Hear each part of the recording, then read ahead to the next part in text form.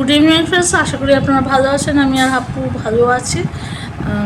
আজকে যদিও 8ই মে 2026, যদিও গতকাল 7ই মে ছিল আমার বাবার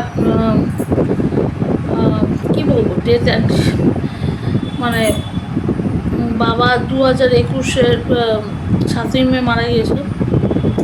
তাহলে 7ই মেটা আমি আগে নিজে রান্না করতাম, তা আমার শরীরটা একটু খারাপ আছে, তাই জন্য আমি নিজে রান্না করতে পারিনি।